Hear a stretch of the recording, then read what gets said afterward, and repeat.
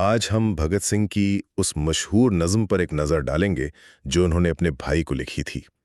ये चंद अशार दरअसल अंग्रेज़ हुकूमत के सामने उनकी बेखौफी और इस पुख्ता यकीन को दिखाते हैं कि नज़रियात कभी नहीं मरते।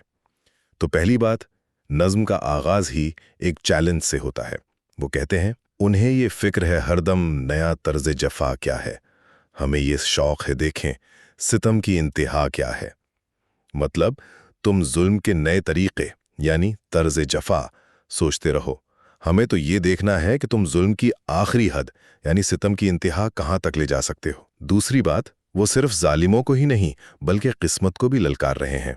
सुने, दहर से क्यों खफा रहें, चरख का क्यों गिला करें, सारा जहां अदू सही आओ मुकाबला करें। यानी दुनिया जिसे दहर कहते हैं या आसमां यानी चरख से क्या शिकायत करना। अगर सारी दुनिया भी दुश्मन यानी अदू बन जाए तब भी हिम्मत नहीं हारेंगे, मुकाबला करेंगे। इसके बाद वो बड़े सुकून से अपनी हकीकत को मान लेते हैं।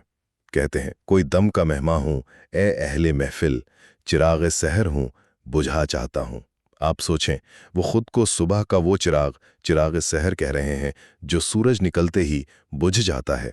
अपनी मौत को कितने इत्मीनान से कबूल कर रहे हैं। और आखिर में वो अपनी जिस्मानी मौत पर फतह का ऐलान करते हैं। हवा में रहेगी मेरे ख्याल की बिजली, ये मुश्त खाक है फानी, रहे न रहे।